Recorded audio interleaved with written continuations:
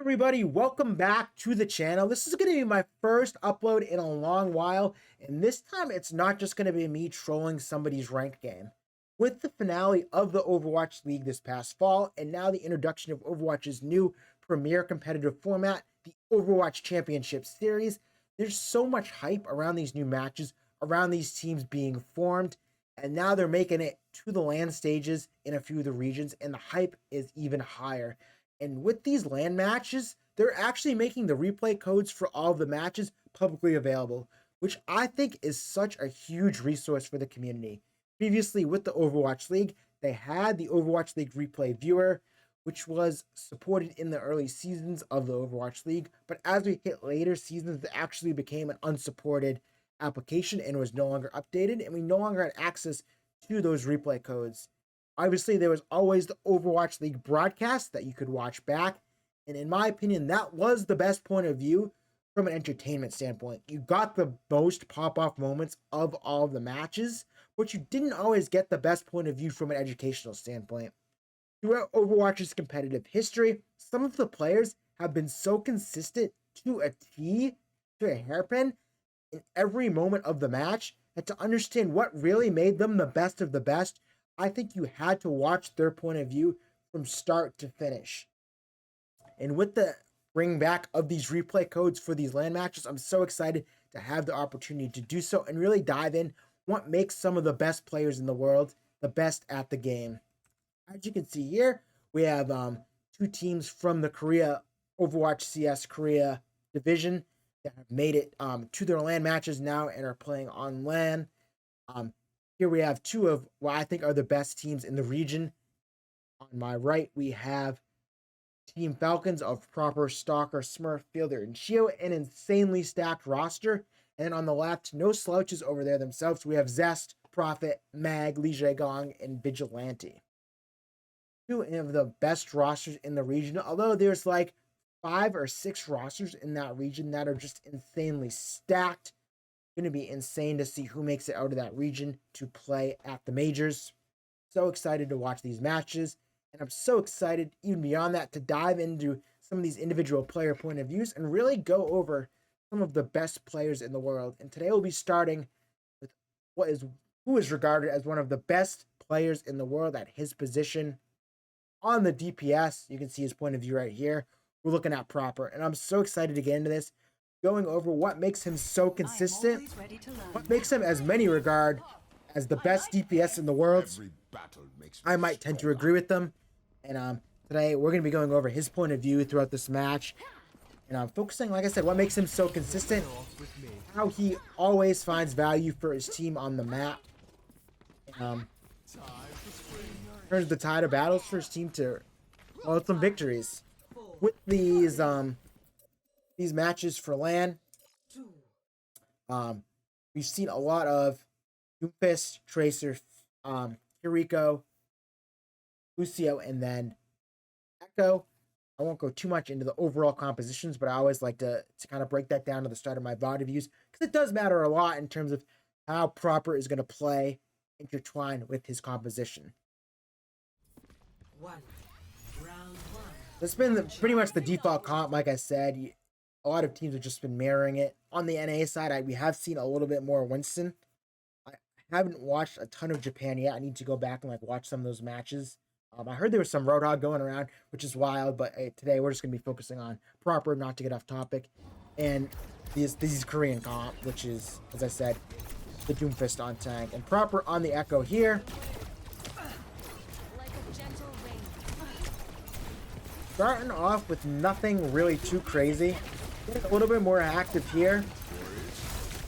It's still not too crazy. And one of the things I think you'll see is consistent throughout his point of view in this map is that in this poke phase of the comp, neither team wants to be the one who makes the first mistake. That's an obvious statement. But especially in this comp where you can just get blown up so easily with the Doom Punch, with Echo Stickies, with Tracer burst damage coming in, with a Kiriko headshot. There's so many ways that you can just get deleted. That's kind of the onus of the composition. With these high health pools, you need these high burst abilities to find kills. So with that, neither team wants to be the one to make that mistake. And these echoes and Proper's playstyle is going to be very passive in the pre-fight. Just focusing on a poking style. With some echo compositions, you do want to be very aggro, looking in, going in for those stickies and that burst damage. One of the key things about this composition with Lucio's speed to kind of speed your team out of danger, and more crucially with that Kiriko Shizu, is if he blows all his cooldowns trying to get a burst kill quickly, it will just get Shizu'd, and then there will be counter pressure where he'll get immediately traded out. So his style in these early fights, and I think a lot of these fights are going to be just a slow poking style, trying to get as much consistent damage out as possible without being too aggressive, and that's what you saw there from start to finish. Unfortunately, Smurf is the first to go down in the trade, so Proper will just wisely back off.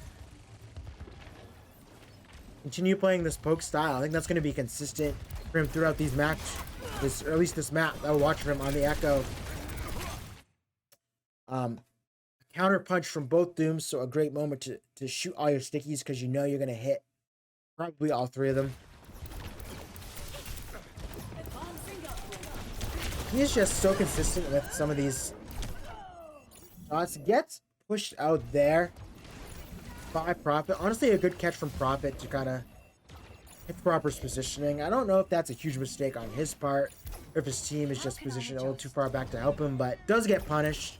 But I don't think a blaring mistake there. Just gets hit by a couple of Echo Stickies and then traded out. Let's see how he takes this retake.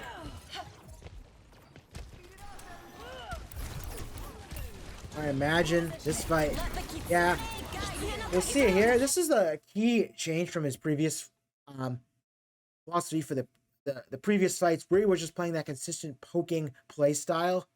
Now the geometry has changed in a key way, and that is Proper has his Echo out. And one of the key things you'll see throughout this match from him is when he doesn't have that out, he's going to be playing that consistent poking play style, just trying to farm as much damage as possible, put as much pressure on the enemy team as possible without overextending. Then once he gets that ultimate, he's going to be able to enable himself to be all that much more aggressive because he's going to use that Echo Alt as a second life. And here, I'm assuming it's conned by Fielder that they're going to be Kiriko alting onto the point, and Proper is now going to be, as opposed to passively poking, aggressively using the Kiriko alt to farm more cooldowns. The team has higher healing in that moment, so it's a great moment for Proper to get aggressive, and he will do so. Beats also committed. This is basically a 5-on-5 alt minus the Doomfist. Smurf will be the first Doomfist to his alt mag, shortly behind. But for Proper, crucially here, what I think he's done a great job of is not using his Echo ultimate until he's gotten max value out of his Echo life. This is such a key detail. He played in the Kiriko alt throughout the duration of the fight to farm his cooldowns up quickly and get as much value as possible, farming that, spamming his stickies, spamming his primary fire, doing as much damage as possible, max minning his life as much as possible, and then only once he's 1 HP, once he got 3/4 of a Kiriko alt value, then he got a beat and got his full value out of his beat life. Now that he's 1 HP and the enemy's deciding to fully push in, he's gonna get his trump card of having his alt still. Once he's already gotten full value, he's gonna extend himself to get even more value, which is so key. That enabled him to crucially not die in the key moment. Like I said, this is basically a 5-on-5 alt fight. With Stalker's alt will get the value as Prophet alted earlier. Finds the sticky to open it up. And again, from Proper here, just such a great coming to save his alt. Like this here from Proper, one of the things you'll notice in this composition is there's no hit scan. The Proper is heavily enabled to just fly really high. Both Echoes are enabled to fly really high and just take these good angles to get a lot of poke damage in on the enemy team. He's constantly flying high because he knows he's not going to get shot, and it gives him a great angle to poke the back line, see where the enemies are moving to, see all of their health bars, get a ton of information, and just stay very active in the poke. Also, you're very safe from Doom in the air. That's another key reason why just flying high is so good. It's really hard for the Doom to interact with you.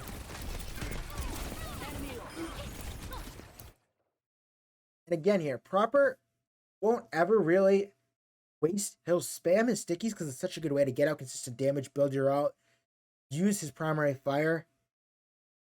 But that beam, you haven't seen him really use his beam even once until, we'll back it up here 1 second. A key moment where the enemy team has overextended. Someone's low HP, right here. Below half HP.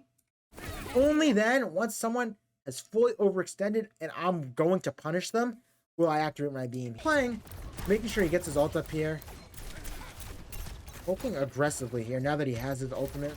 It's a consistent theme. Have the ult. I'm going to go crazy aggressive. This is so aggressive, guys.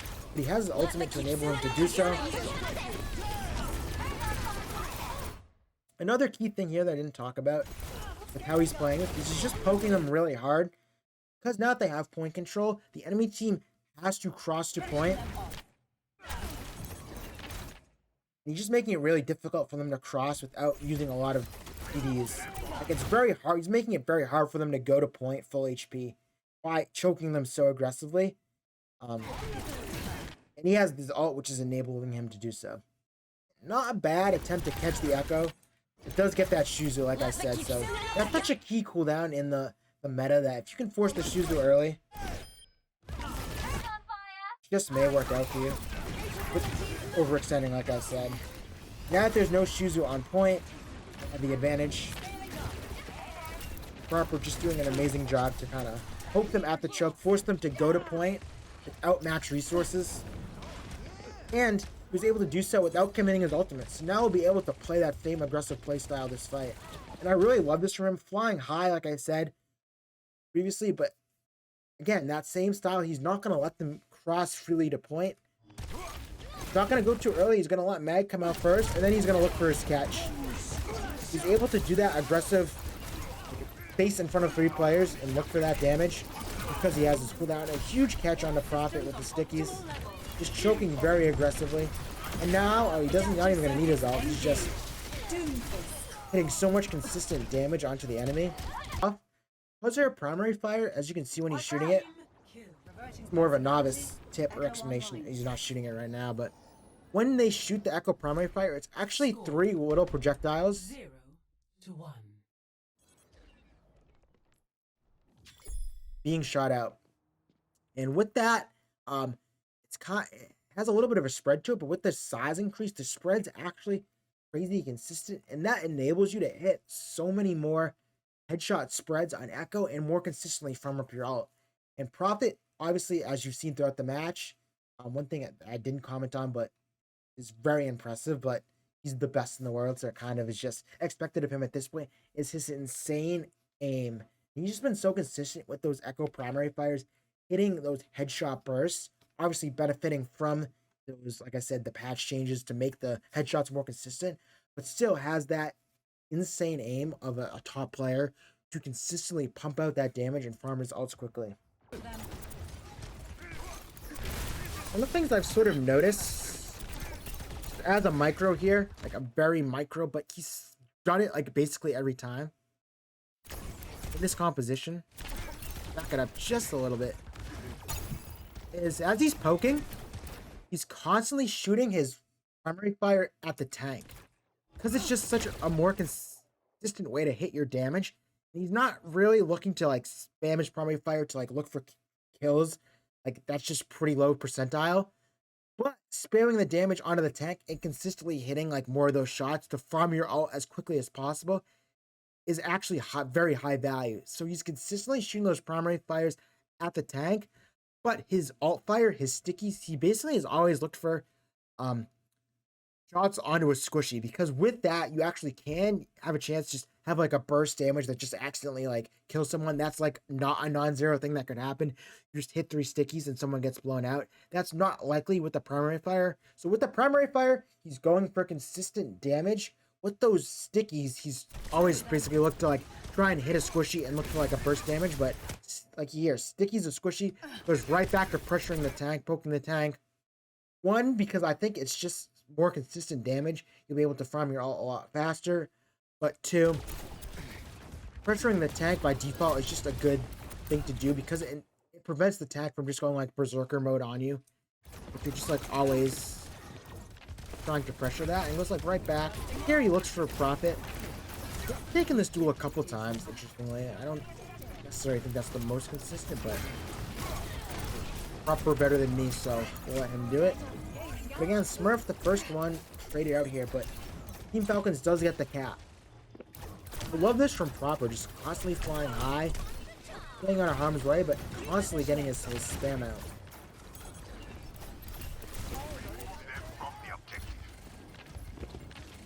I love this little reposition from him. Just showed himself. It's subtle, but great. Something you can learn a lot from that you're going to see a ton in very high ranked play. A ton in just anything like basically above Diamond or Masters. People understand this concept a lot. Off-angling and repositioning. You don't want to shoot from the same spot a lot. Otherwise, they'll just know where you are and it'll be very predictable. So he shoots a couple shots from main and then he's quickly repositions to bottom right. But look, he gets a great look. Obviously, Lee Jae-gong's movement, very good to not just be standing still and getting shotted, but finds a good look onto the supports here. And now he's going to get pressured out, but great attempt to find a quick angle where he might just find someone off guard. Here he gets low, but really, and as expected, he gets help from his teammate. Again, just spamming, not doing anything, playing super far back. And now he has his ult up. And look how he's played these fights with just consistent poking damage, not looking for anything crazy, not overextending, just staying as active as possible. He's basically doubled almost profit to his ultimate. He's not 100% to his ult, and profit is still at 63%. And that's going to enable him to be basically the hard carry in some of these fights. Like I said, no ults, you can't really go aggressive. You'll get bursted down potentially. Once you have the ult, and when you're the best player in the world like Proper, one of the things that you won't see is, or that you might suspect you would see, because he is so good with his aim and he is so talented, probably could just go for these high-risk plays and just hit all of his shots and absolutely diff somebody in basically every fight. Just look for that opportunity, and he's probably good enough to hit a lot of those, but it's just not a consistent style to play the game. And when you go for those plays, it's high risk, high reward, and yeah, you could hit a lot of those, but even the best players in the world, guys, look how he's playing the match. He's just not going to do that. He's not going to allow his match to be RNG. I'm going to hit all my shots and just carry the match.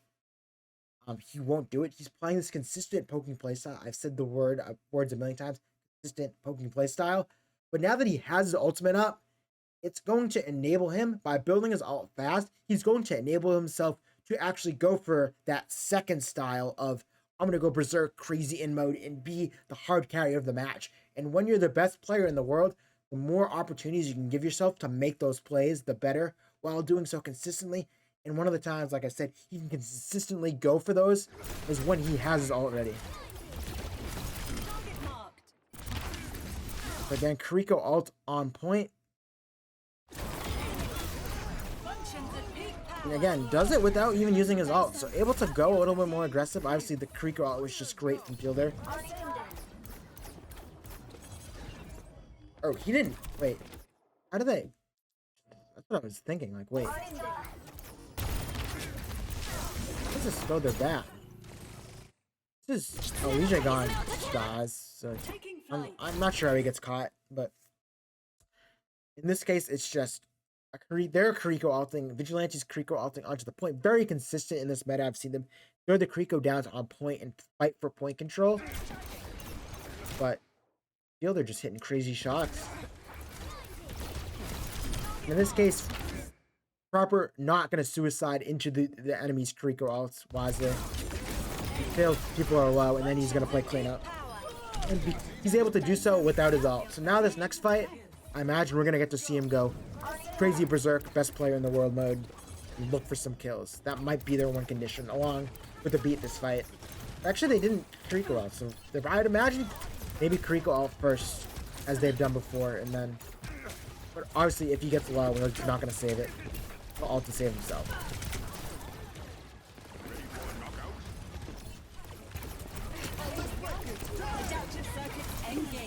they've kind of done this play every time where Proper goes a little aggressive and then the beat gets dropped. You can farm the max value out of the beat. So that one, I don't think they got. I think maybe it was a bad call from the team. It's more of a team thing than a Proper thing. He's doing the right thing, going aggressive with his team's beat, but who are you really trying to catch here? With the Lucio, if they see this beat, they're just going to be glad to run.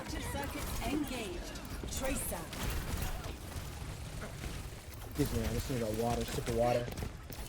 But I'm all out. Tragic. Show must go on.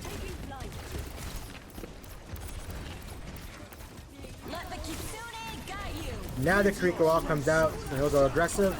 And even gets these good catches on the Prophet when kind of playing this seesaw back and forth. They beat, or it should be more clear. Team Falcons beat, so Proper went really aggressive. Then he was able to sort of like a baseball catcher catch their aggression and then throw it right back at them. Once they've overextended. And now this ult is going to allow him to clean up the fight and go super aggressive into the spawn and basically guarantee like 85% on the board. Putting it almost probably in the last fight territory here, yeah. Now he's going crazy. I assume they're planning to get the beat. Again, they've done this every time. Don't even go crazy aggressive with the beat. This time it doesn't work out for them. It's really the second time that the beat has not been the best. Yeah. Really, it's a good beat, but the timing, it's not his fault they're calling to do it, but the timing has not been the best. And again, very intelligent for Proper, just playing his life so well, because if he was to die there with his team, they would not get a refight on this, because look at the percentage. Because he was able to back out when they aggressed and play his life and save his ultimate and just focus on building it, he now has it. He's going to be able to give them a good chance at contesting this by staying alive. I guess maybe they would have touched anyways, but maybe Stalker was positioned to touch, but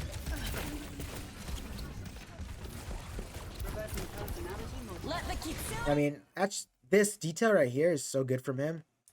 Why he's just the best in the world. I would say 90% of players here, maybe even like 98%, would be over aggressive here and look for a stick. Like, I got my post bomb, I gotta go in and use my Echo ult to like get kills. But one, if you don't know if they have the Shuzu, you have to kind of assume they have it unless it gets calmed otherwise. And this post bomb would just get Shuzu'd. But also, crucially, there's only 2 seconds left in this ult. If he goes in and tries to, with no recall, I mean, it'll be back in a second, but tries to blink in, it'll run out. His ult will actually end before he gets recall, so he won't be able to recall. And if he goes aggressive with this, trying to go for a stick that won't get a kill, he'll actually uncloak in like the middle of their team and get heavily punished. So many people would be over eager trying to carry there and look for a post bomb. But here he just plays his life. He values his life and his positioning so much more than any type of maybe kill he could get in this composition. Because of that, like I said, that Kiriko Shuzu will just save, catch any aggression he tries to throw at them. He actually gets a little maybe too aggressive on point, but I do like this reposition from him to try and get back to his team. Not go over aggressive, just play your life and play for like a refight with your team that now should be basically full health. With the Kiriko ult on point, I love the attempt, but unfortunately their beat the previous fight went sour, so now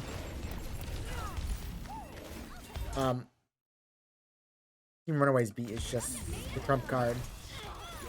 Maybe not. Maybe Smurf's the trump card. Going crazy. While Proper, unfortunately, kind of went a little aggressive and didn't get the care and the Kiriko out. Punished by Prophet. That's the second time he's died, and both times have been to Prophet. Going aggressive when he over-aggresses. So again, look how easy it is to just get caught in a moment of over-aggression. Yes. Team Falcons just better with Smurf doing a little bit of carry mode in the last fight. And Proper coming back and Again, saving that beam until someone's low and then just finishing off the tank.